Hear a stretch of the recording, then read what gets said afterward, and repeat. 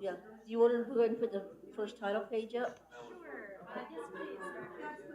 Would you put the first title page up? Just the agenda or whatever it is. Or I guess the title. Yeah, that's it. Awesome, thank you. And then I'll wait for you before we start.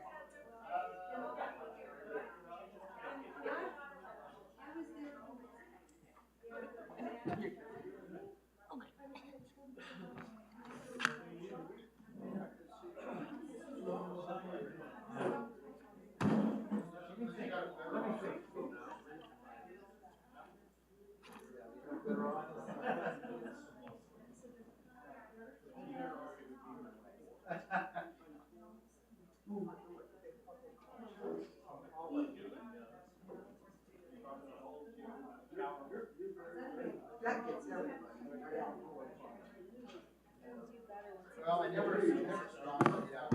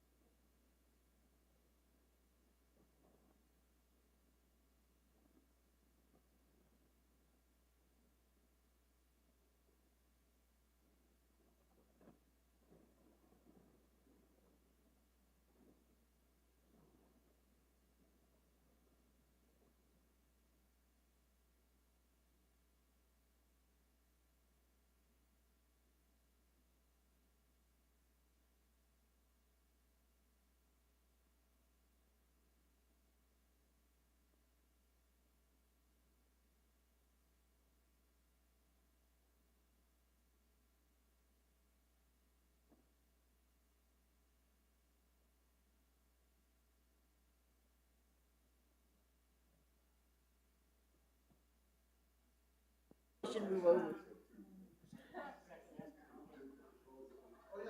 Hello, good evening, welcome. Thank you so much for spending your evening with us tonight. We're going to try and get you out of here on time. This is a presentation of the proposed ordinance edits to Ordinance 284. We're looking forward to some feedback on it. And first, some housekeeping. Bathrooms, if you haven't been here before, I assume a lot of you have. Right in the main lobby around the corner. There's also a water dispenser around the corner. This is live streamed, and the recording is going to be on the village website. So I'm gonna ask that when we take some comments, everything is into the microphone so we can capture that for the recording. And we're here tonight to do a report out on the work to date by the Citizens Advisory Committee on 284 and the proposed changes to it. We want to take some comments at the end, but we really want to encourage written feedback. We have some comment cards up at the back.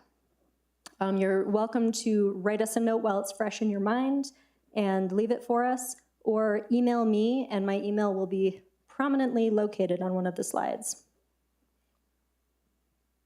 We're going to do some pauses throughout for any clarifying questions if you want to raise your hand, but we want to leave all of the comments on it for the end, and we will take some comments.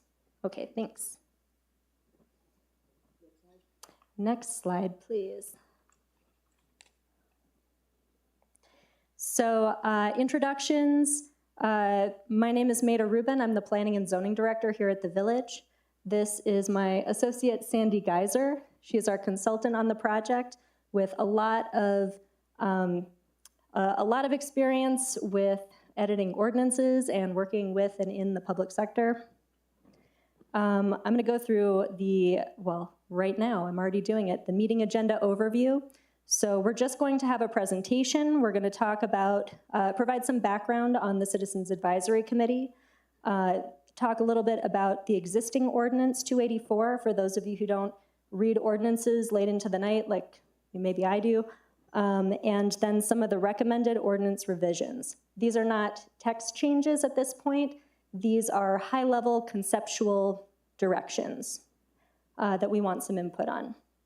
and then we will take a little bit of public comment, but again, written comments are what we're hoping for so that we can consider them all as a group. Next slide, please. So first, a bit of background on the Citizens Advisory Committee.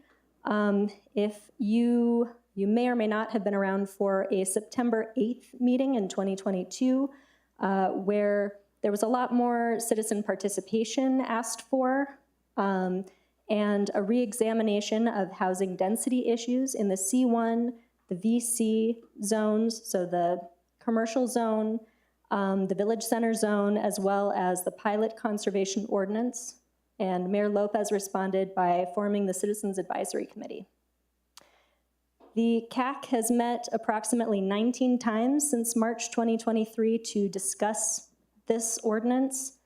So we really have been taking this seriously and putting in a lot of time and consideration. We also had a public meeting on May 4th of this year to obtain some preliminary input that was a workshop format. And Sandy's going to talk a little bit more about that in a minute. The CAC has worked with residents, developers, and other experts, brought them in to get their input on the matter, and we really just want to take a moment to thank all of them.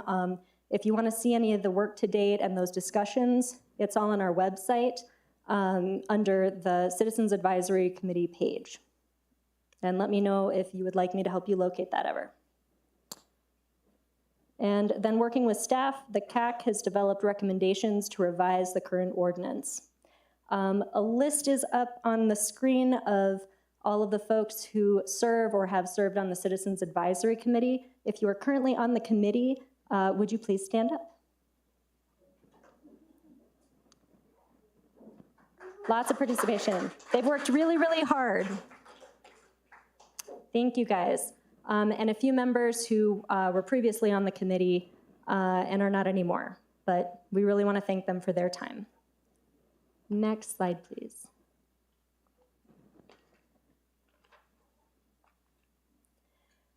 Okay, so in case you are new to conservation subdivisions, we just wanted to do a very brief conceptual overview, extremely brief. Basically, the idea is to cluster the housing to provide large open spaces and reduce the infrastructure costs. Next slide. Okay. Conservation subdivision design, so typically it is the same number of housing units that is allowed in the underlying zone. This typically results in about 10 to 15% less impervious surface, so roadways, driveways, things like that.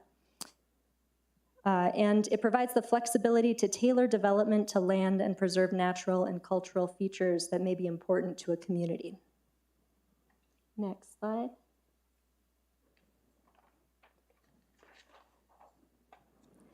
So for our current Ordinance 284, this came directly from the master plan. And some of the goals of it initially were to sustain the village as a semi-rural, multi-generational community through residential development in keeping with village scale and character, in particular the agricultural, historic, and open expanses characteristic of the village. So that's something that the folks who wrote the current ordinance had in mind when they put this into action.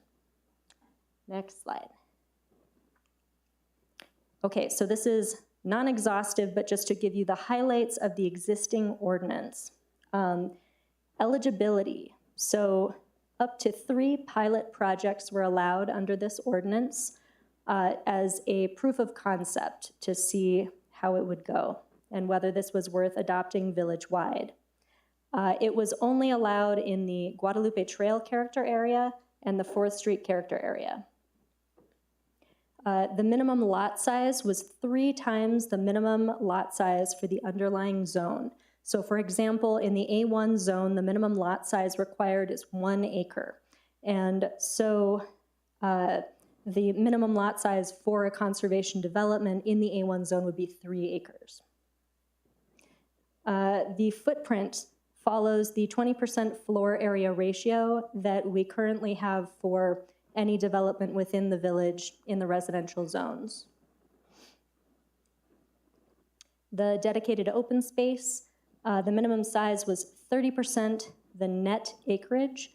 So that means 30% of the total parcel less the access easements, so the roadways. For each 10% of additional dedicated land, the conservation development can add 5% in allowable floor area ratio. So you can build a little more if you provide more open space. The uses allowed on the open space are agriculture, recreation, and/or conservation use. And the location may be comprised of one or more areas. At least one area must be exterior to the development, so it's viewable from the street.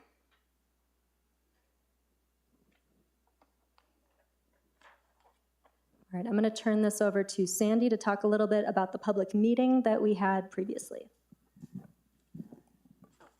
Next slide. I don't sit very well. So on May 4th, on May 4th of this year, we had the first public meeting to look at the current ordinance and to get input from the residents of Los Ranchos. There was approximately 35 to 40 people here. We divided people up at tables. There were round tables throughout this room, and each table was given some sheets of paper, and we had three questions that we were asked. We asked about each group was asked to consider three topics: eligibility, open space, and density. And the slide you see now is a slide of the participants that were at the May 4th meeting, and we used the big sheets of paper to record their comments, and then I compiled them later on and did an analysis on them. So the next slide, please. So the results of this meeting. So topic 1 was about eligibility. Are conservation subdivisions appropriate village-wide or specific areas? As Maida said, at the pilot program, only it was specific to 2 areas. So we asked the question of the people at the meeting, do we want to allow it village-wide? And the consensus was that yes, they would like to open it up village-wide so that we're not just looking at 2 specific areas. The topic 2 was about the open space conservation area. What appropriate uses? So, and appropriate locations. So the consensus of the group, and we had a lot of different varied topics or comments on these questions. But what I did is I looked at them and tried to make sense of, what is the trend? What are people really saying here to try to kind of put it in this consensus form.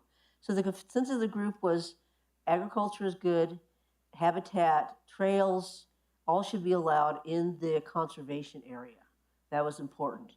The consensus of the group when we're talking about the appropriate locations was should be visible with no barriers, no fences, or walls, and allow for flexibility within the actual subdivision. The thing that we wanted to look at was protection of acequias and viewpoints as you're driving down Rio Grande or other areas. So for the flexibility and for the developer to be able to put that open space, that conservation area in that area, in that subdivision. So that was a consensus. The other topic was density. How much density is appropriate? And this was one of the big questions that we had a lot of comments about. Some people said no added dwelling units, period. Some people said, yes, we need to allow some to make this feasible and attractive to developers and allow that conservation area to be employed in the village. So the consensus of the group was allow density bonuses, but less than the current ordinance allows now. So that was our direction for the CAC, to take these comments and push on with our recommended revisions. I don't know if we needed to have any. Does anybody have any questions about that before we move on? What were other uses that people spoke of? Hang on. What were other uses that people spoke on? Pickleball courts, equestrian trails, some things that were more improved, that it would require an impervious surface. And there was a whole list. I think the notes are online yet, or are they going to be online? I'm not sure if you mean the paper. The analysis of the comments. We can make that available. Okay. But Yeah. a lot of the comments, overall, the sense we got was, we don't want paved sports courts. That doesn't really say conservation to us. That was the overall sentiment. Any other questions? On topic 3, the density, it says allow density bonuses, but less than current ordinance allows. What does the current ordinance allow? So do you want to take that one? Because you worked with that a little bit more than I have. Sure. So in the current ordinance, there is no cap on the amount of units you could do. There's a cap on the floor area ratio, the buildable area. So you have a certain amount of footprint to work with, and you could keep slicing it up smaller. The hope, I think, going into writing that ordinance was, we want to provide smaller units, but we don't want to overdevelop the site. So that was kind of the intent going in. What we've since heard is we feel uncomfortable that it could lead to a lot of units, a lot of traffic, some more noise. We want to have a little assurance that it has some cap. And that's one of the major revisions of this ordinance, is to give you some assurances of how many dwelling units are going to be allowed on that property. As Maida said, the current ordinance was, we're not sure until you got a plan in. And under the current ordinance, there's a proposal where the developer comes in to the Board of Trustees and says, this is my proposal, this is how I want to develop it.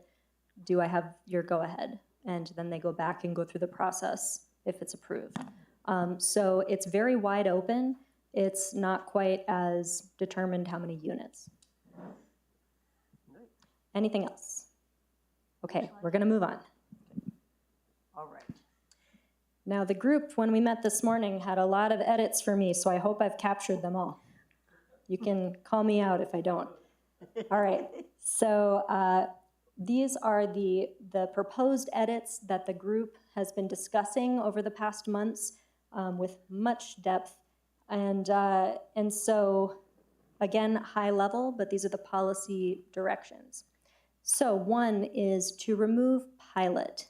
The input that we heard from the community was, we feel that pilot sounds impermanent, and development is not impermanent, and that's something, a proof of concept that's happening in our backyard in very specific areas of the village, and is not, we want to examine that and make sure we talk about that. So we, in our revision, we are proposing that this is not a trial.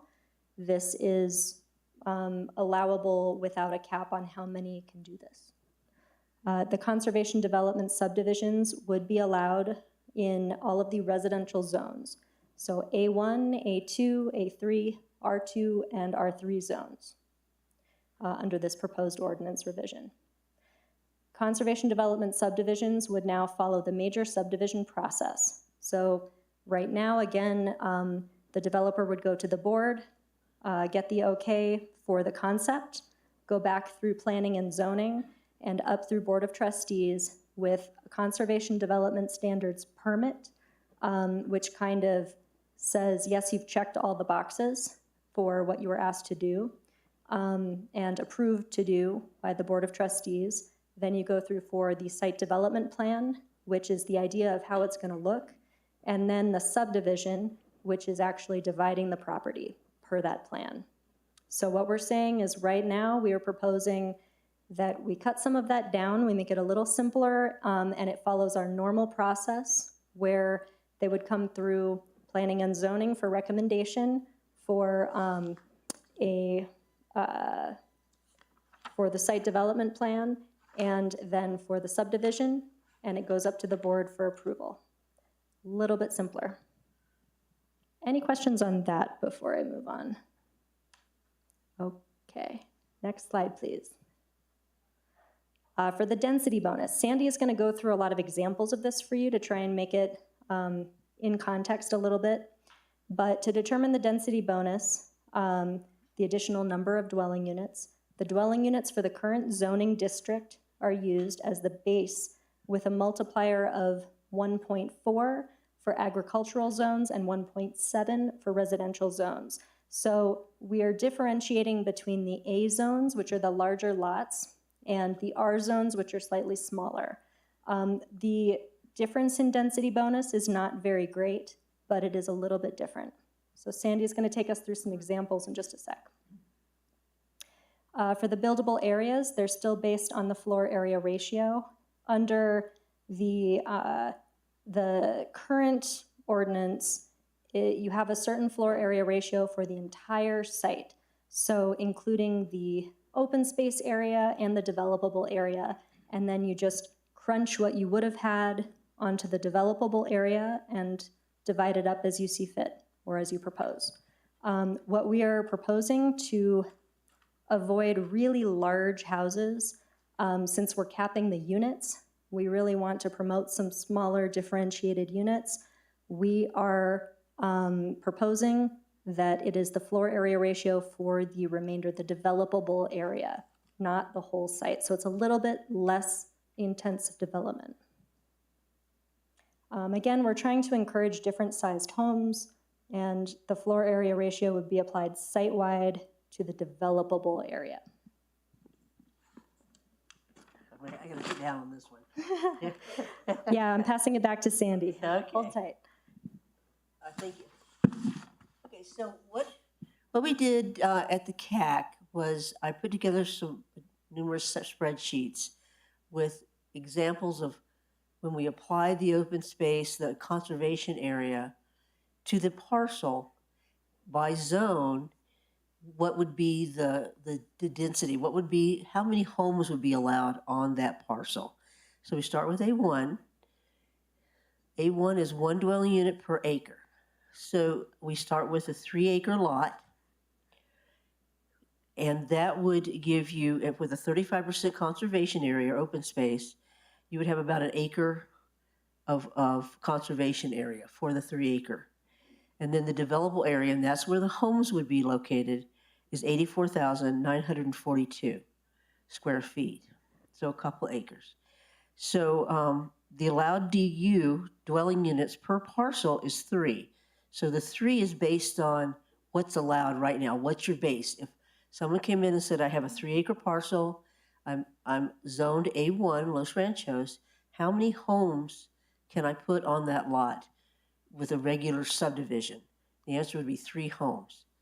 So with the conservation subdivision, the 35% conservation area, that's taken away. Those homes would now be allowed on that 84,942 with a density bonus of 1.2, which would actually give you 1 more home, so you'd be able to put 4 homes instead of 3 homes. So we apply that 1.4 ratio to that, to receive that. And then we're going to round up or down based on the rules of rounding. So in this case, it would be 4. So they would be allowed 4 homes instead of 3. Does anybody have any questions about that? Oh my goodness, I must be doing something right. So, and you can see, I also did the calculations for 4 acres, for 5 acres, for A1. For 4 acres, you would have 5.6, so you end up with 6 homes on 4 acres instead of 4. So you get an extra 2 more. Next slide, please. So now we can confuse you some more and look at A2 and A3. Now, A2 is 1 dwelling unit for 2 acres. So in this case, once again, the density bonus, it's a little harder on the A2s because you have to have larger lot sizes to actually be able to subdivide in the first place. So if someone had 4 acres, they would be allowed to build 2 homes. regular subdivision process. If they'd like to reserve some of that open space, some of that space for conservation area, they would be allowed 3 homes instead of 2, so they add an extra one. And consequently, with A3, which is 1 dwelling unit for 3 acres, you would get, for 6 acres, you would get three homes as opposed to 2. So in most cases, it's between 1 and 2 extra dwelling units. Any questions on that? Is it so bad that you don't, is it okay? Sure. Oh. It's okay. So your example on A2, you have an odd number of acres, and so it's 3.5. Do you round up or down? Okay, so let me give you an example of 4.2 because I have that in my spreadsheet. Is that okay? You want to do 3.5? 3.5. What, sorry? 3.5, but it's 0.5, do you round up or you round down? You would round up. The rounding rule says that number that is 5 or more, you round up. Does that answer your question? Okay, good. So,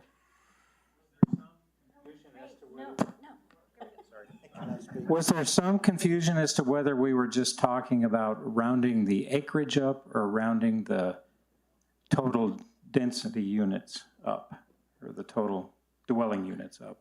I was unclear as to see. what the meaning was of the Okay, question. my understanding, the rounding is for the dwelling units. Well, that's what Yes. it was supposed to be. Yes, okay. Is that your understanding, ma'am, when you asked the question? Oh, the lady in the front row. Okay. Yeah, okay. Good. Thanks. So let's go to the next slide. We'll look at the R2s and the R3. So this is a little bit different because the R zones have a higher density to begin with. And so this is when we have a different multiplier. So the whole idea between the agricultural zones and the R zones is the agricultural zones, the intention of the agricultural zones is to have larger lots to encourage agriculture, a more rural lifestyle. That's in your ordinance, and that was why we picked that 1.4, that lower multiplier.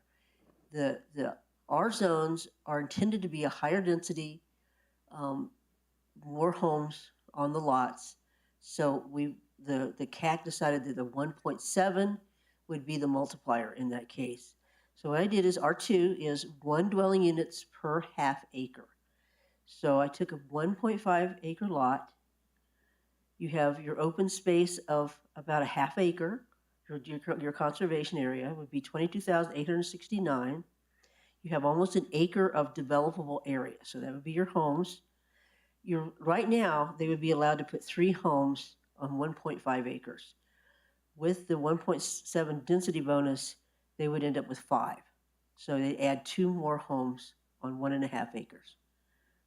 So if you go to the 2 acres, it does increase it. It goes up to 6.8, which would be 7 for a 2 acre lot.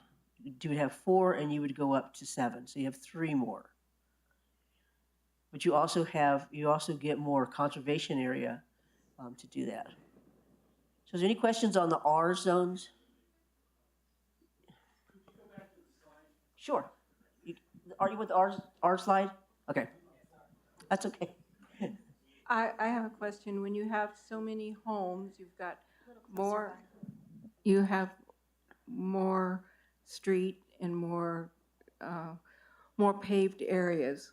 What does that come from? Is that, you have your conservation area, and then what's left? Does that include the streets and the driveways and all of that? Seems like that's a lot of homes. Okay, so what do we call? Oh, okay, so the infrastructure. Sure, the infrastructure. So right now in the current ordinance, and we're carrying that through but changing where it goes, it's you only get so much buildable area, and you do not have to include the access easements is what we're saying for the roads Hopefully, the clustering of homes will reduce the paved area a little bit. Again, at the Los Ranchos scale, it doesn't do it all that much, but it does conserve open space in perpetuity. So, but I think your question, if I'm understanding correctly, is where do the access easements come out of? So we are proposing that they do not come out of the conservation area. We're proposing that they come out of the developable area. Any other questions? That was a good one. Okay. Oh, we have a question back there.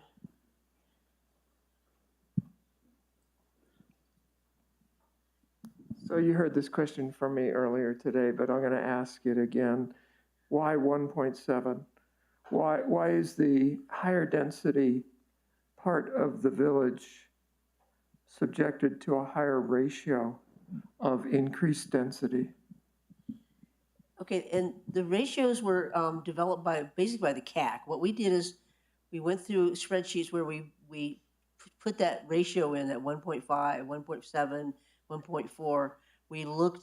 We applied it to different parcel sizes to see how many dwelling units were going to be allowed and what the density bonus would be in it, and the conservation area, how much would you actually be able to conserve.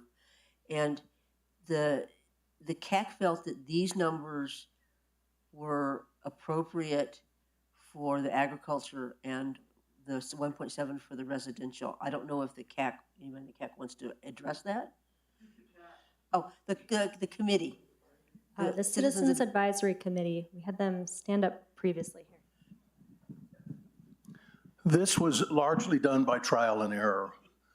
The objectives were, first and foremost, to conserve land, to preserve our culture in the appropriate place. So in the more rural areas, A1 through A3, we wanted to provide an opportunity to conserve habitat, agricultural, those kinds of cultural amenities, groves of trees, acequias, that sort of stuff. And the density was viewed as being less important because we wanted to conserve land. In the R2 and R3 areas, we are a community of rural and suburban and rural. And we need to blend 4th Street in that corridor with the rest of the village. And it was felt that having a slightly higher density, particularly where you have tear down and rebuild opportunities, if we could get beautiful open space in those areas and slightly higher density, we could promote the kind of housing diversity that is also part of what we want to try to do. And adding those few additional houses in the R2 and R3 was believed, after just running the numbers and looking at them, to be a delightful compromise in terms of blending rural with urban between 4th Street and Rio Grande Boulevard. So that's just how we came about doing it. Did that go all right? I think that answered the question. Thank you, Hank. And we are taking feedback, by the way. I guess I'm just confused because, say, for instance, on the R3 zone, you get 1 dwelling per 33 acres, 0.33 acres. So that means that you could have 2 dwellings per acre. 3? Okay. So then when you go to the conservation 1.5, you're only allowed 4.5 dwellings per acre versus, so you're actually getting 1 more in that 1.5 acres? 3 more. So, like R3 zone. So normally right now it's 1 dwelling per 0.33 acres. That's what the zoning is without the conservation, without this ratio thing. Okay, so Doesn't that seem like more per acre that you're allowing? So how is that conservation? So the conservation comes into play because in order to be eligible to do this, you are, and I'll talk a little bit more about some of the other changes, agreeing to keep 35% of your land as conservation open space. So it is a little more density in the developable area, but you parcel off area to conserve as well. Hang on. Sorry, I'm just trying to understand this. So normally in the current R3, you could have a house on that dwelling that was maybe covering the entire 0.33 acres. Is that what you're saying? No. No, you're still limited by how many square feet you can have. Okay, so I still don't quite understand, but okay. Let me take a real quick stab at it and I'll hand it over to Robert. So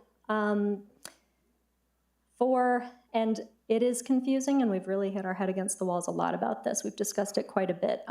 So for the, right now, if you're developing, you get a certain amount of square footage based on your acreage that you can build on.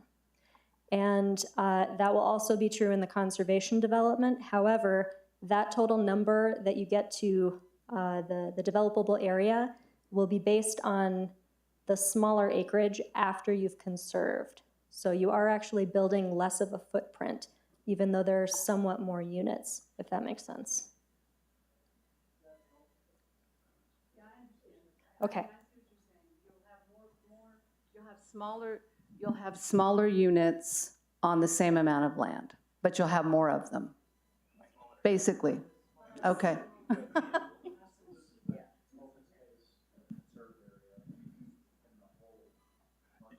You'll have smaller allowed area, but you haven't given us the floor area ratio. You haven't given us with these, the size of the house that could be built based on this. That would be really useful information in terms of being able to discuss that. But one of the things is on allowable dwelling units, you don't get a partial house under the current regulations. You have to have a minimum of a third acre. So when you have 1.5 acres, you can only build 4 houses. Even if you had, you could go up to 1.6 or something to where you had 4.99 acres, you can only build 4 houses on 4.99. So what you're saying now is you're doubling the density in the R1 and R3 areas, and that seems outrageous for getting a third of an acre more, that you're doubling it, where in the large areas you're not getting much at all for a lot more acreage being left open. We'll take the comments at the end. We just want to make sure there's an understanding, and we definitely want that feedback and in writing, okay? Anything else? Just a question, not a comment. I'll save you till the end. Okay. So say for instance, there's 0.33 acres for sale in my neighborhood. Does that apply, or do you have to have 1.5 acres in order to be able to do this? You gave me the perfect segue to move on and tell you exactly what you want to hear. There are a few more things about this that we want to discuss for our recommendations. So, thank you for discussing the ratio. We'll go back to it as needed. So, another recommendation, removing the minimum development size requirement. So, we want to remove the 3 times bigger than you would have had to be before, and say any lot that meets the minimum lot size is eligible to try to conserve part of their property and do this type of subdivision. This might yield different types of uses for the open space, and we think that might be a good idea. But there's more. Sure. So per the zone, so we have different zones and whatever the rules are for that zone. So the A1, for example, with the minimum is 1 acre lot size. There are a lot of A1 units or A1 parcels in the village that are half an acre or smaller. They would not be eligible for this type of development.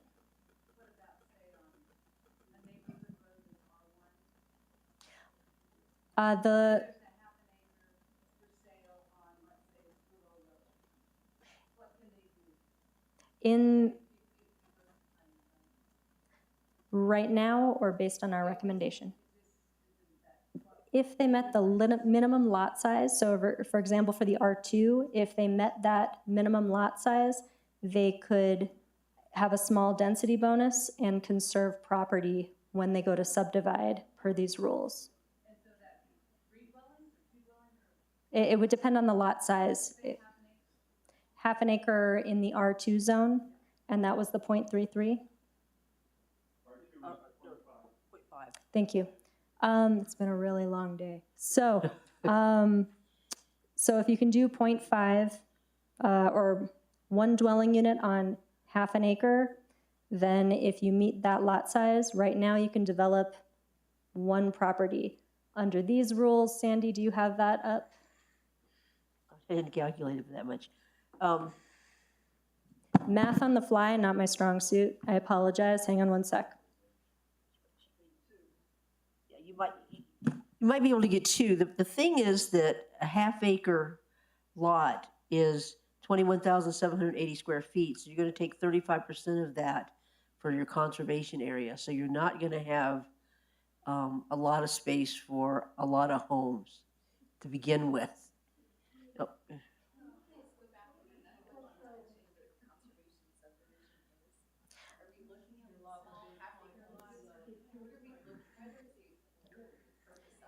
The question was, hang on. Sorry, Shelby. Thank you, Maida.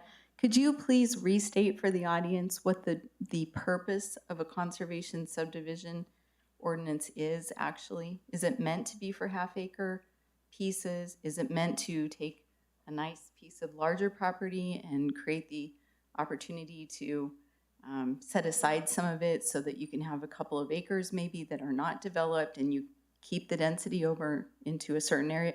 Can you explain what the purpose is again, just so we all remember? Sure. Thank you. So again, the purpose is to, typically these are done on large swaths of area in counties. So applied in the village, we're looking at it a little differently, but the whole point is to conserve area for preserving open space, cultural heritage, things like that, natural features. Well, the way we're typically on larger lots. Correct. I'm going to try to phrase this as a question. I believe the question, I think it's Cindy here in front of me, that was asking, if you have a half-acre lot, what can you do with it? And it seems to me, in an R2 zone, if you have a half-acre lot, this is not for you. There's no way for you to do a conservation development on a half-acre lot in an area that's zoned for a half acre. You're shaking your head. So I did do the calculations, and with the 1.7 multiplier, you would end up with, you could have 2 homes. So you're on a half acre. Yeah.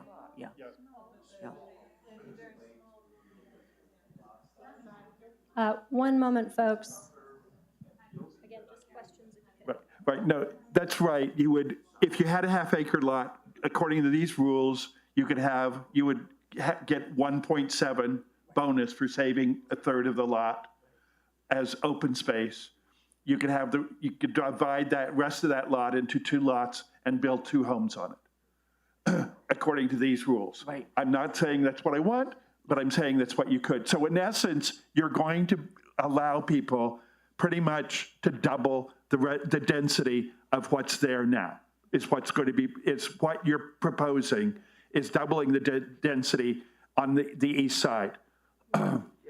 So the other piece is, have you gone through and applied these rules to the existing lots that are there as to what's possible to be developed? Like, I have an R3 lot that has about 0.45 of an acre.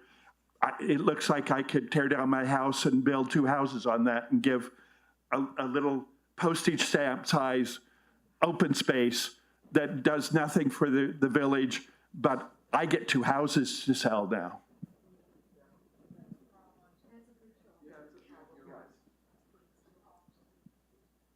Point well taken. We're going to move on and then take some more comments, okay? Okay, so we are on 5. Thank you.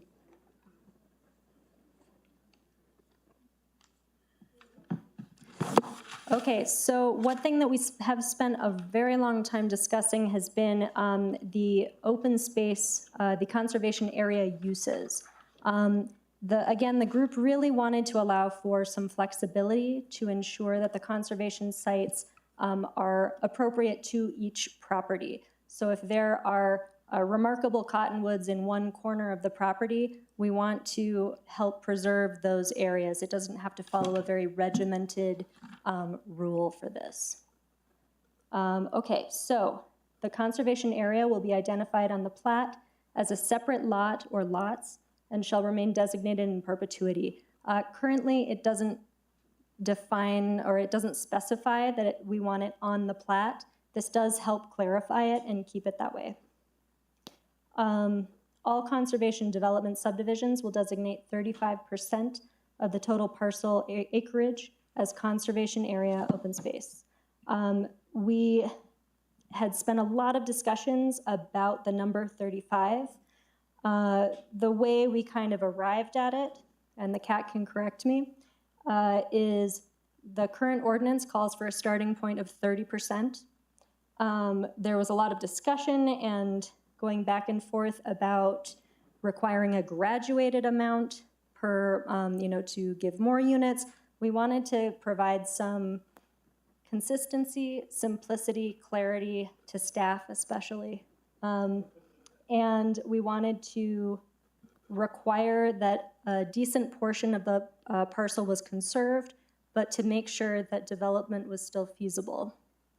And in the context of Los Ranchos, the group had decided that 35, or proposed that 35 seemed appropriate. For the conservation area plan, we are requiring a conservation area plan, which includes operation and maintenance, uses allowed on the conservation area, and who is responsible for the area, such as an HOA. So we wanted to make sure that they came in with a very definite plan of how the open space would be used, for what uses, and who would maintain it, so that we got a complete picture that we could hold them to. And then for the allowed uses, we wanted to include agriculture, habitat, pedestrian and equestrian trails, as long as everything was permeable, preservation of existing natural landscapes and features such as cottonwood trees, native vegetation, acequias, and existing grades and sloped would be encouraged. Next slide, please. And then the group had proposed that for the R zones, so those slightly denser zones, that parks are an allowable use of the conservation area. This was because they don't provide a large amount of conserved area in the classical sense. However, they might make great little pocket parks. The group felt that on these larger parcels, a lot of manicured grass might not be what the village wanted. But in these little areas, this could provide some nice space to recreate. Prohibited uses, as proposed, would include paved sports courts, golf driving ranges, impervious surfaces. Yes, prohibited. And then existing or new structures would be allowed for the purpose of maintaining the conservation area or for support of uses in the conservation area plan. So for example, if the use would be agricultural. We wanted to make sure that the equipment could be stored on site somewhere, but we want to see some nexus between those structures and the use of the conservation area. And then we wanted to make sure that ditch rights shall not be severed as part of the conservation subdivision. So if you have a working acequia on a property, we really don't want the maintenance plan to show that we're going to ignore that area, sell the water rights, stop use of the water, and then do something else. We really want to conserve what's there. Next slide, please. Okay, so that was a lot, and we will take some public comments. And again, we really want to see that in writing as well, although we will take some verbal comments, just so we can really consider the feedback as a group. We're going to have a public comment period. Do you want to say something first, though, Robert? Okay.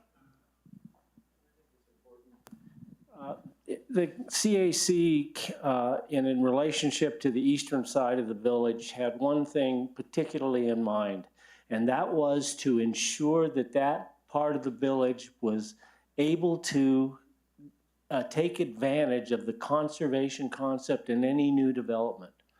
So if a developer was going to develop a 1 acre parcel, what we wanted to ensure that they had the opportunity to offer the east side of the village at 35% of open space. So they could also enjoy the opportunity that that provides, as well as the other areas of the village. So that was a critical aspect. Now the ratios were considered, and that was trying to accommodate in those smaller developments in the east side, the ability for a developer to do that. So that was kind of the thought process. So the 4th Street corridor. As you think about these density rules, particularly in the R zones, Tom, please remember that the floor area ratio is applied to what's buildable. So if you have a 35% set aside on a half-acre lot, and you've got, what's that?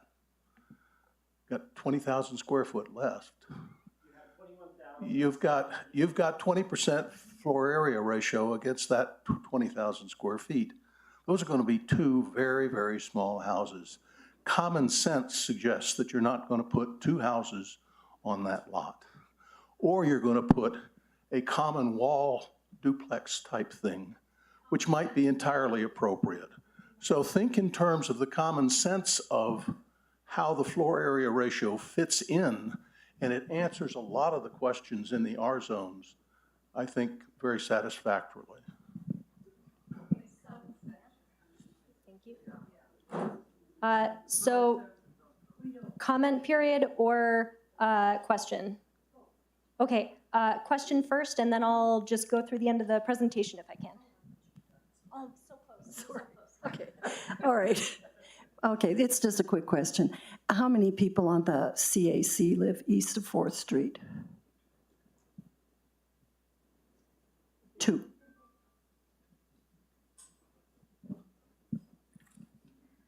Okay, this is it, I promise. So, next steps.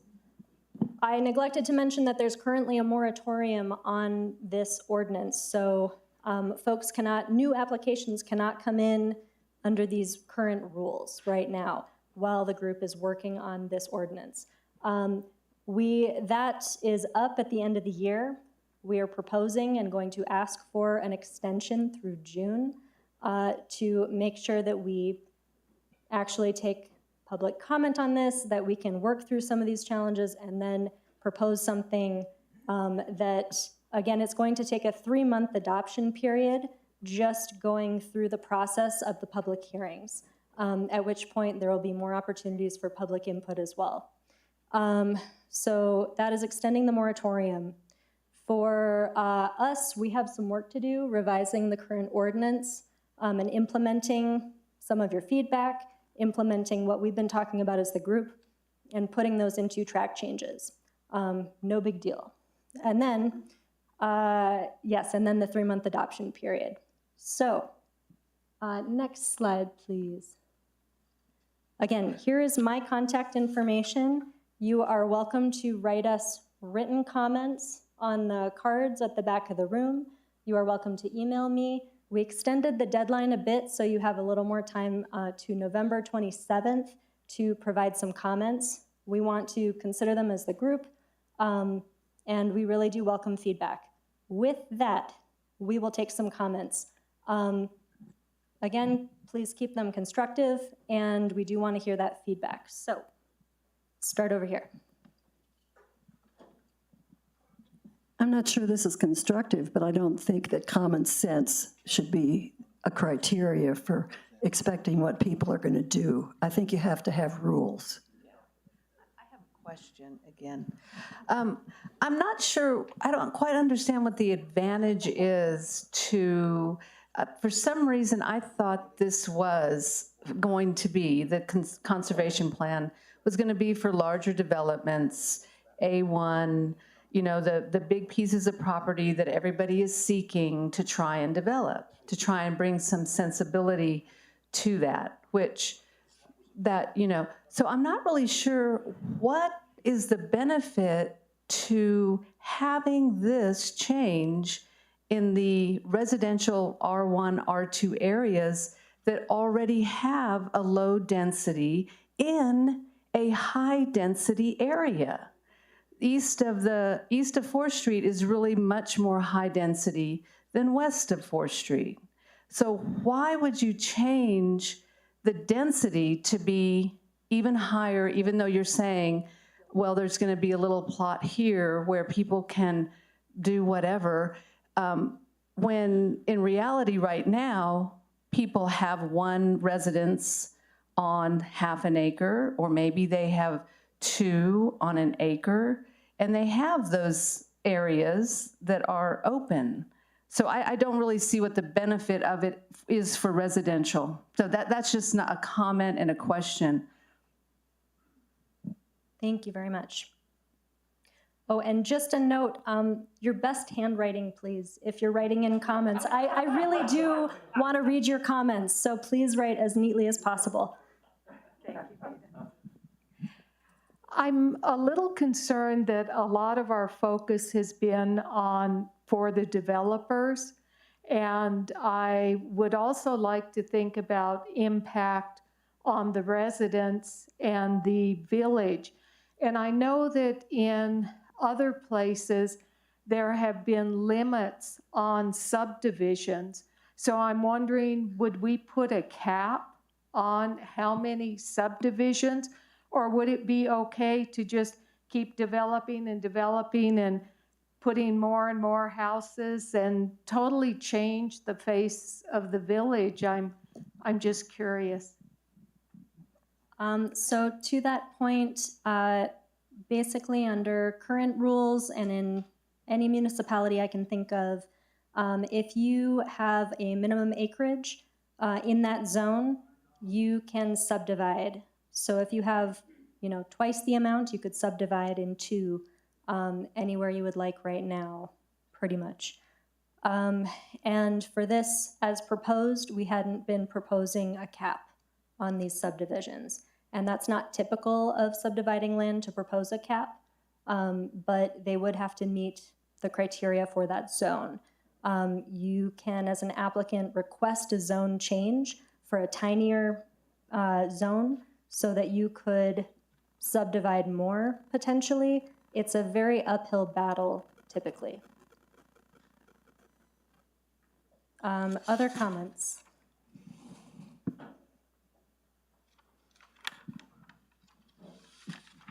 As I understand, in R1, R2, you might be able to take a third or a half acre and put two residents on it. Can they then subdivide that third or half acre and sell two parcels? Let me make sure I understand the question. For the conservation ordinance, would an owner of one of the properties be able to further subdivide? Yes. No. So that person would have to own two homes. that person would have to own 2 residences.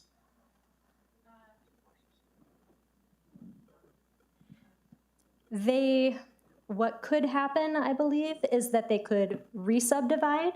So if they had the total, someone in this, when they've conserved 35% and now they have 2 parcels,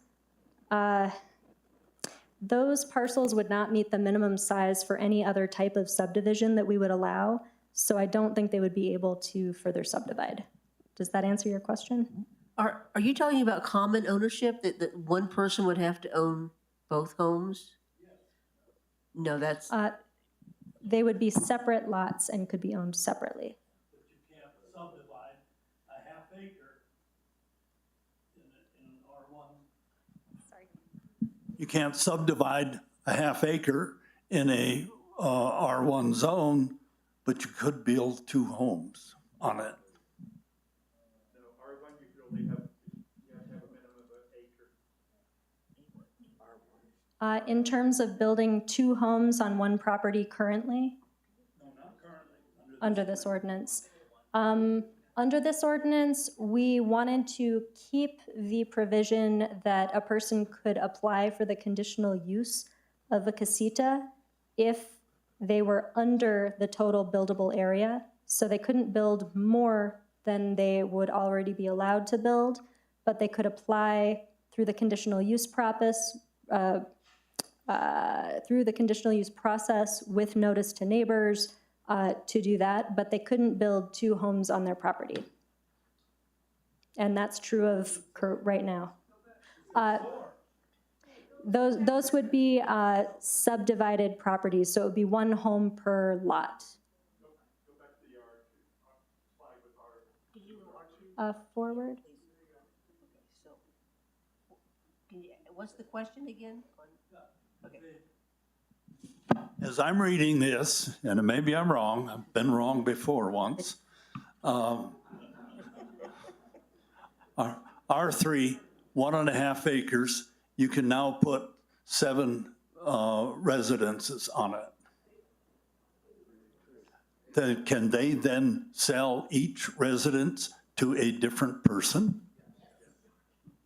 Then they would be subdividing, wouldn't they? Yes. Yes, this would be for the subdivision process. So all of these would be on separate properties, if that answers your question. Yes. That's what I'm saying. So the third of an acre no longer applies. These apply different rules, that is true. So if they subdivide under this ordinance, that's as much as they would be able to do. Every other, they couldn't subdivide again after this, if that was your question. Okay. But this would be to subdivide, you're correct. I think the answer to the question is you will have one subdivision that has now created 3 lots. You would have 2 small home lots and a conservation area lot. And they would be connected through a homeowner association or some other vehicle to where they are a unit. And the 2 houses could be separately sold, but those 2 houses would still have the burden of maintaining that conservation area, whatever it is. And so the integrity of that parcel, after it's been put into a conservation development under this proposed ordinance, the integrity would still remain. But you would have 3 lots, conservation area lot and 2 home dwelling unit lots. The homeowners association is not mandatory in this. Yes, it is. The homeowner association is not, but dedication and maintenance is. You can do it through a homeowner. Right. In HOA is probably the most prevalent form of how this would be managed, but we wanted to leave it open for other arrangements, but it does need to be maintained in perpetuity.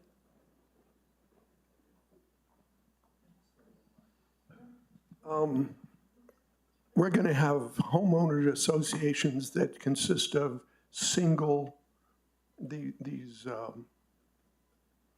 these agreements, so that you'll have the open area and then you'll have the 2 lots. That will be a single homeowners association.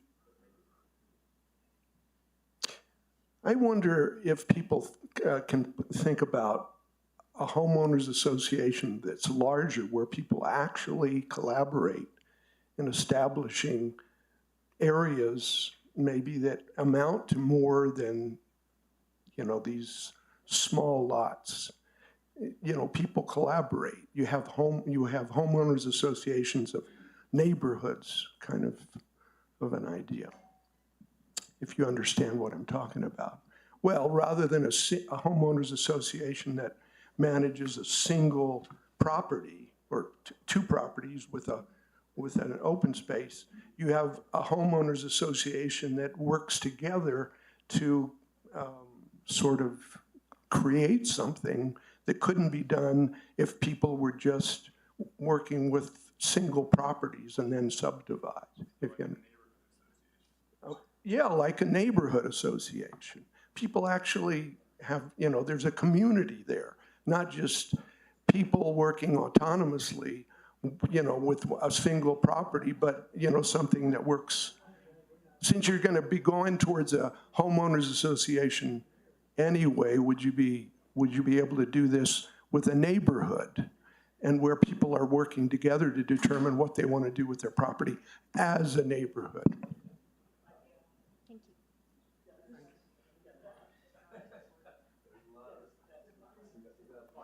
It's a popular area for comments. Here we go.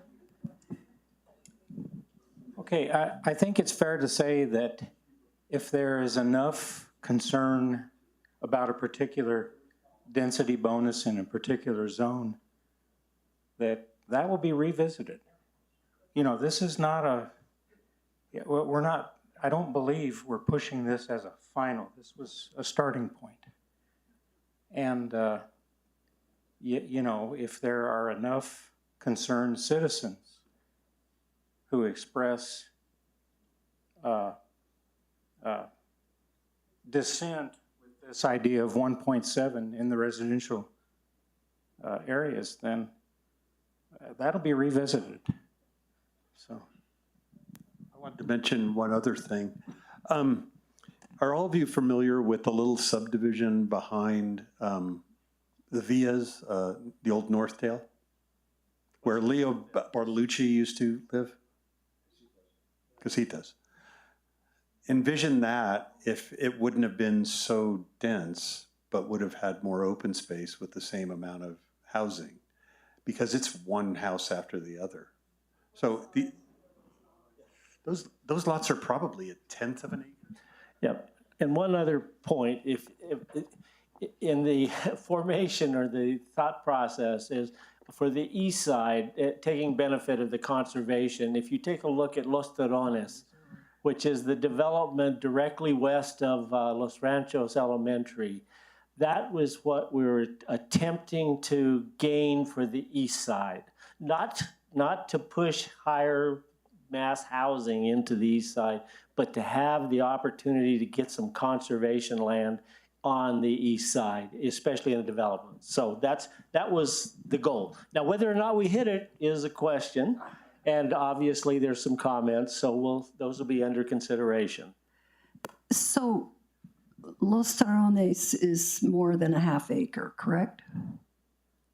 Okay, so I guess our questions are, what about half acre lots? Could somebody come in to, say, a neighborhood where they're all half acre lots and buy up 5 houses and then create a 3 acre lot and do a bigger thing? Yep. Is that allowed? Oh, okay. It doesn't happen all that often, but it's absolutely possible. Okay.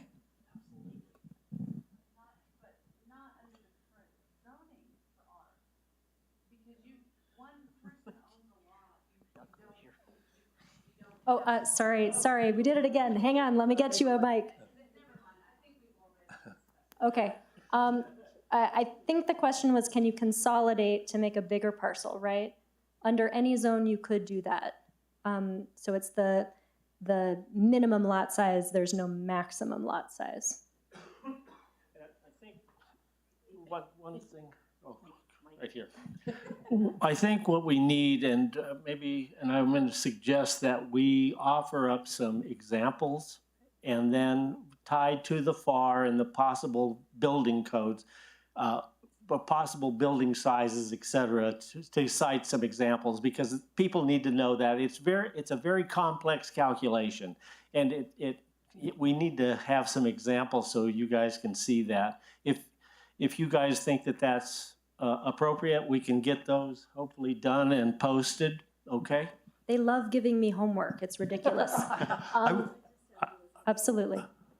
I would also mention that all of you should go visit Los Terrones. If you don't know where it is, it's literally just due west, right next to. I know where it is, but it's not a half-acre lot. I think what we're worried about are our small lots. Los Terrones would be a larger piece of property that was developed like that. What our concern is the half-acre lots. And am I wrong in saying that you are going to double the density? It would be possible to double the density on the half-acre lots on the east side of 4th Street. So you're doubling the density. And it's important to note that doubling density doesn't mean the same size houses, 2 of them. I understand that. I understand that. It's population. You're doubling the population. Yes, the dwelling units. I understand that they're not the same size house, that they'd be very small houses, but you're doubling the density of population. Got it. More traffic. Okay, I'm sorry. Robert, if I could add to your point so that maybe you understand, because I think we keep coming back to this. There's a difference, the density, let's say 2 houses on a lot, and then buildable area. That's different as well. That's how much floor space can you have? So like having a great big house and having a little tiny house, and what's the density of that home? I think that's something that's very, a small house, a 1-bedroom home, that's pretty limited.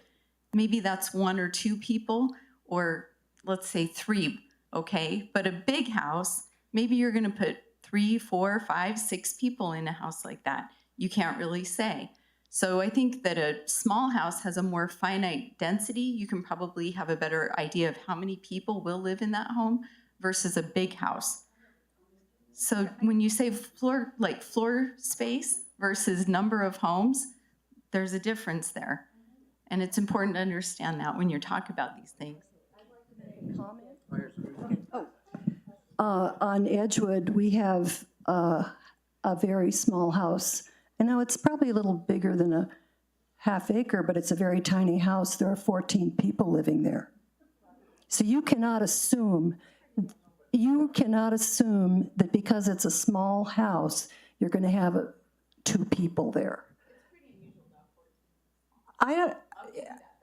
Okay, it's unusual, but what I'm saying is you just can't write ordinances and then assume what's going to happen. Or, you just have to have it more cut and dried, I think. And there was a lot of discussion on the multipliers, and I think there was a pretty good consensus for the A1 as a 1.4, not being nearly as generous as what it was once before. And I think Robert attempted to allow the east side to at least participate in the process. But I don't know if everyone thought 1.7 was the right number, right? And if people don't think it's a good idea, well, then that's good to hear, because it was just offered as an opportunity. Yeah. And so the other thing that we didn't discuss, whether this was still a mandatory requirement for a subdivision. Is that? And then we didn't talk about setbacks. If there are setbacks for the individual lots and the final comment is we should advertise this in the Village Vision. I'll switch out a little bit because I think these guys. May I address those real quick? Sorry. Okay, so your point, trustee, mandatory versus non-mandatory. So this is an opt-in process as it is currently or as it was previously. It's not mandatory for every subdivision to do this. Your second point was setbacks. So I didn't bring it up because I forgot, but it's not changing from the current ordinance. In the current ordinance, the setbacks are the same as the zone requires external on the property. So abutting any other site, you're going to have the same setbacks as required in that zone. The purpose of this is to not crowd the other property owners. We want to maintain those setbacks, but in order to cluster, they do not have to maintain the setbacks internal to the site because that's the whole point, the clustering. So thank you for bringing that up. The third, point well taken, we didn't have the lead time, but yes, you are correct. That would be great. But this recording will be up on the village website, and we will be taking comments. So you can watch this video again, think of more things you want to tell me later, and we will compile all those comments. Okay. First and foremost, I think that's what we're doing here. It's not in stone, but I want to switch over to another thing, which is open space. I think what you guys are doing is great, but one of the things that we have to do is in open space, I think that we have to have some conversation about what cannot be done, so that if a person goes in there and decides to do whatever he wants to do, that somebody should have input. And that's just a comment. Because we've got to address the open space and what people really can do in that open space. And more importantly, the aspect of, does the village and the community around it have input of what can be done, because they're going to be exposed to it for the rest of its life. So to your point, thank you. Your first point was, real quick, I'm blanking, it's been a really long day. Open space. The open space. So in this, we are trying to guide which types of open space are acceptable and which are not in this ordinance. So we really want to, again, maintain a little flexibility and opportunity for public input and for ingenious designs that would be wonderful to be proposed. There would definitely be public input at every single hearing stage.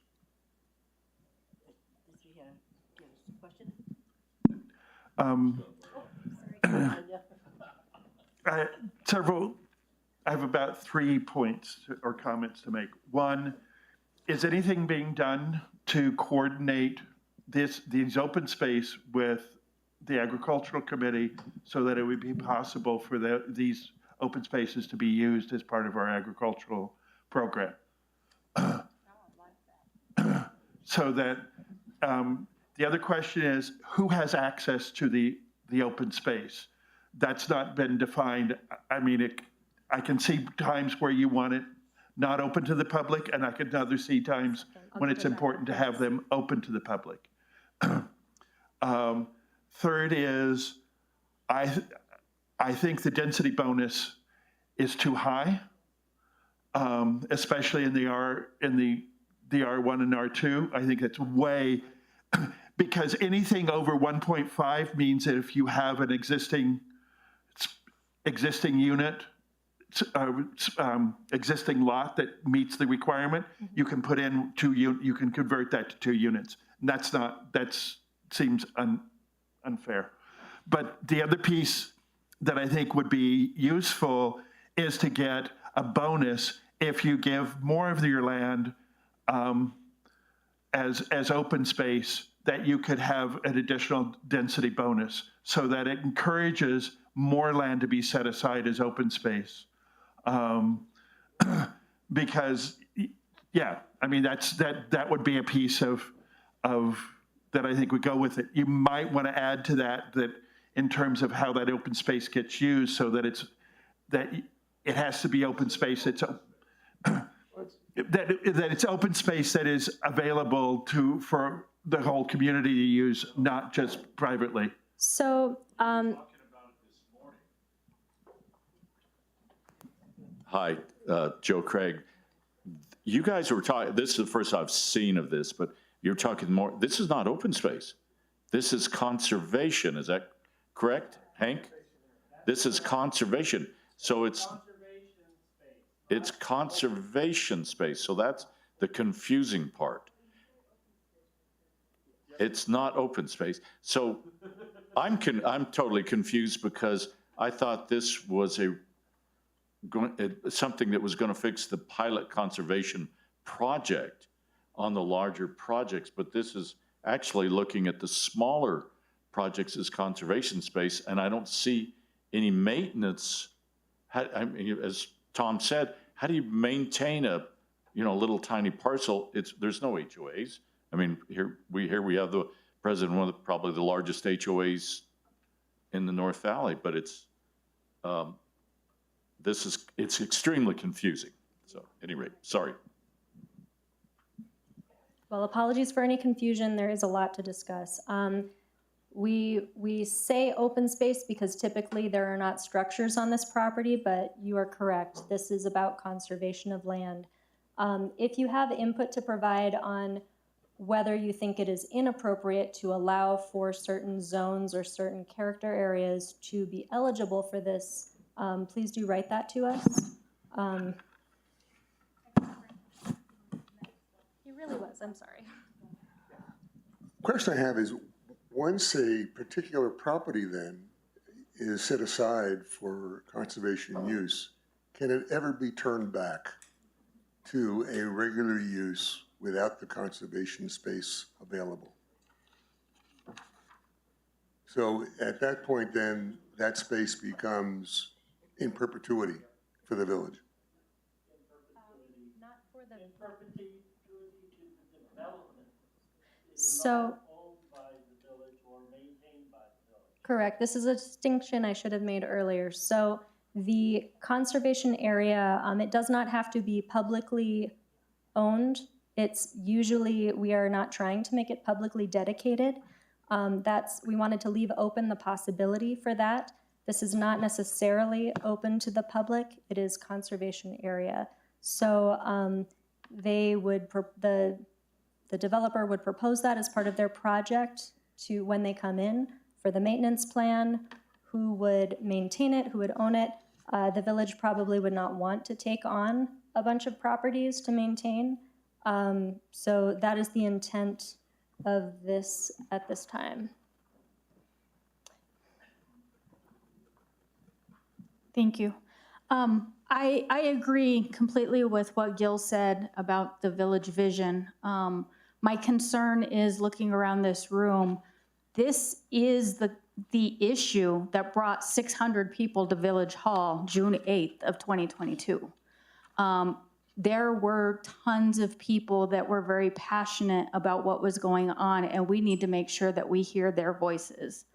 I guess a couple other things of things to consider. The R2 and R3, that's extremely concerning to me as well, but maybe there's a minimum lot size, so it doesn't go to 0.33. If someone owns maybe 3 acres of R2, then they can apply for something like this, but a standard R2 or R3 size lot doesn't qualify for conservation.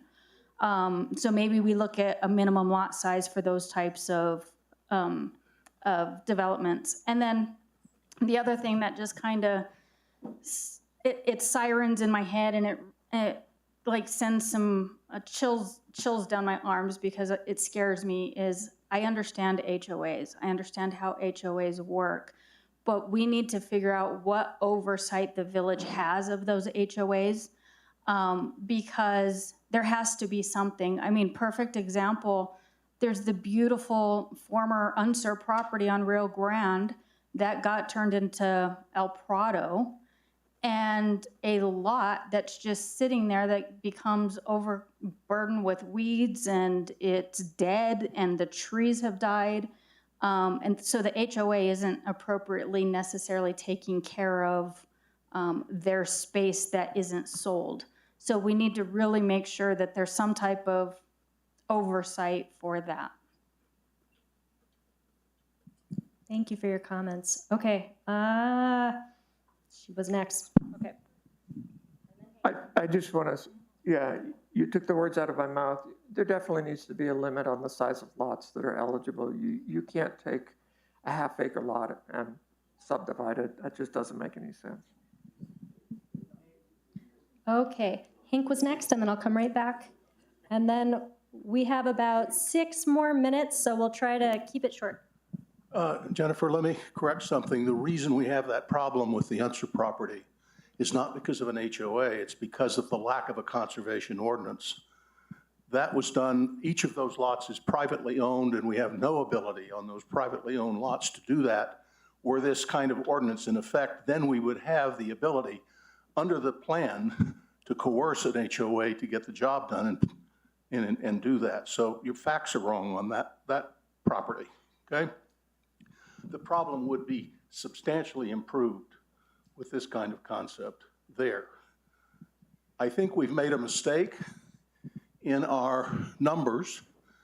We have said, for example, and Tom pointed this out, thank you, Tom, that a 3-acre lot, pardon me, let's take a half-acre lot, might be entitled to 1.2 dwellings. If you've got the zone says that property can have 1 house on it, you don't add a fraction for that zone. So we'll have to redo these charts and republish them. And that should make a difference. All of you, please remember this is voluntary. A subdivider, a property owner, has to ask to do this. This isn't coercing anyone to do it. Huh? I think we should make it going forward to preserve open space. This is not the ordinance where we can do that. That would be in the subdivision ordinance. So this is to fix this ordinance to get rid of the high density that we don't like over on Chavez and Bloodwood Trail. One quick moment over here.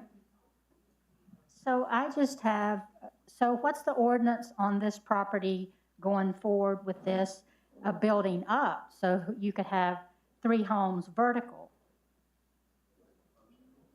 So the floor area ratio does address that. It does count toward that. So you could have, we do have a height limit, typically 2 stories in the residential zones, and you have a certain amount of buildable area, but over 17 feet counts towards your FAR. So you have a certain amount. You could have a very tiny footprint with 2 stories, but it is limited vertically as well. Does that answer your question? So you couldn't have 3? We don't allow 3 stories in those residential zones. So as far as, so currently we have a little over ½ acre, 1 house on it. I think we're conserving land, but we could turn around and sell it or subdivide it and take that away for a little tiny segment of that.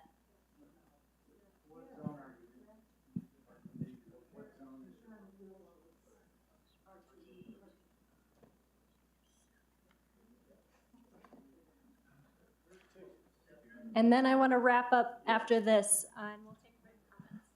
Yeah, well, thank you all. As it relates to the mandatory, we are going, the CAC is going to make a recommendation that we tackle a mandatory conservation on any future developments at a small percentage required conservation land. And we're thinking right now the recommendation will be 20%. But that has to be taken after this ordinance gets passed, and then the major subdivision ordinance would have to be approached. So that is going to be one of the recommendations this CAC is going to make, okay? To make some of the conservation mandatory. I told you they love to give me homework. Any final comments before we wrap up? One last thing. The November 27th deadline to get comments in, the deadline is because you're then going to... We want to consider your feedback, but we don't want to give you 3 years to give it because we need to move forward. So while it's fresh in your minds, we welcome your feedback. We want to give you enough time, but we don't want it to take so long that we can't keep moving the process forward, and consider the feedback, think through, potentially propose something else. Isn't that just like a couple weeks, the 27th? So shouldn't it be advertised so more people that are at this meeting have a chance to comment? I mean, there's just a handful of people here. I think the whole village should know about this. So I think you need to extend it and somehow advertise it. Point taken. Thank you very much.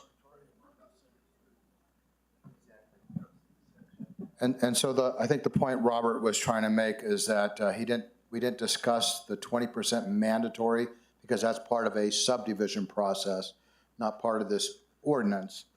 But this is the very important point that I worry about, because if you have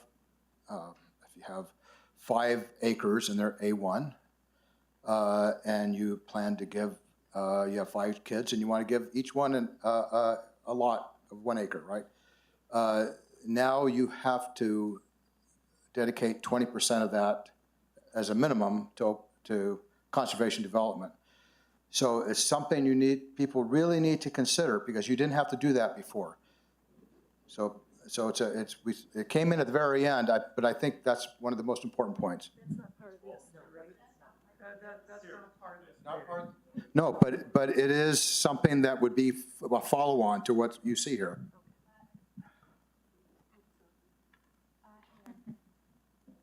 Last 2 comments, then we have to get out of here, but you're welcome to come meet with me, write down comments for me, anything else, but 2 more comments and then we're going to go, okay? I was just going to say that it was my understanding that this ordinance was to encourage conservation areas for vineyards, fields, whatever, to maintain our rural sense.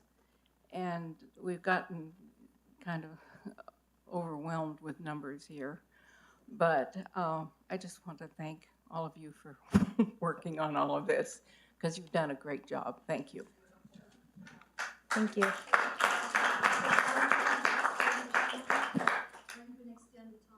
So this is just a touch point. This is not a public hearing. This is not potentially, given all of the hearing or the input that we're getting, the last public meeting we're going to have on the matter.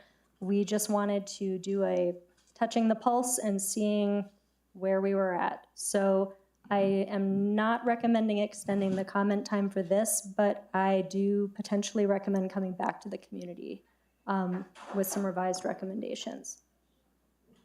Last one, you win. I'm just going to repeat, thank you all for working on this. It's really, really appreciate it. It's not easy. There's lots of moving pieces to it. It interacts with lots of ways. The one thing on making it mandatory is there's still, the 5 kids get a lot to build on. There's just what I think a way of looking at this is saying, we're realizing we're running out of space, and we really value the open space that hasn't been developed. And what we want to do is allow you to build as much as you want, or as much as you're allowed to by us, by the village. But we want you to do it in a way that there is more large pieces of open space available to continue to maintain the openness and the views and the pieces that are there. So and one of the things that has been shown and has been spoken about in this process is that lots that have dedicated open space to them tend to sell at a higher price than a single 1 acre. If you take a 5 acre and break it into a development, those lots for those 5 acres with a bunch of open space are worth more than the 5 1 acre lots are. So there's not really a taking happening here.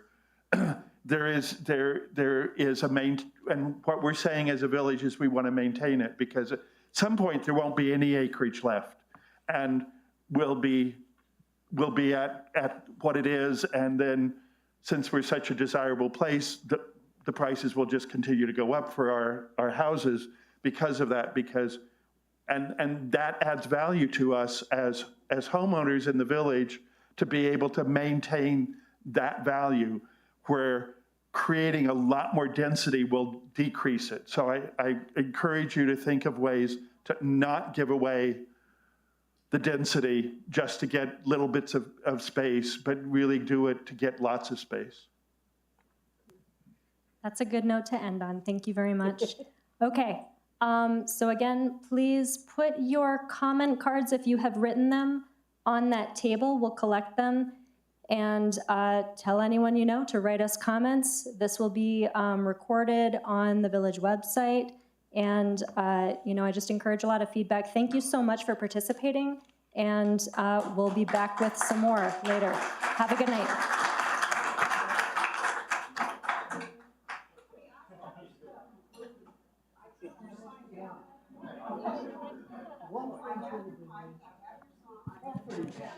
Yeah.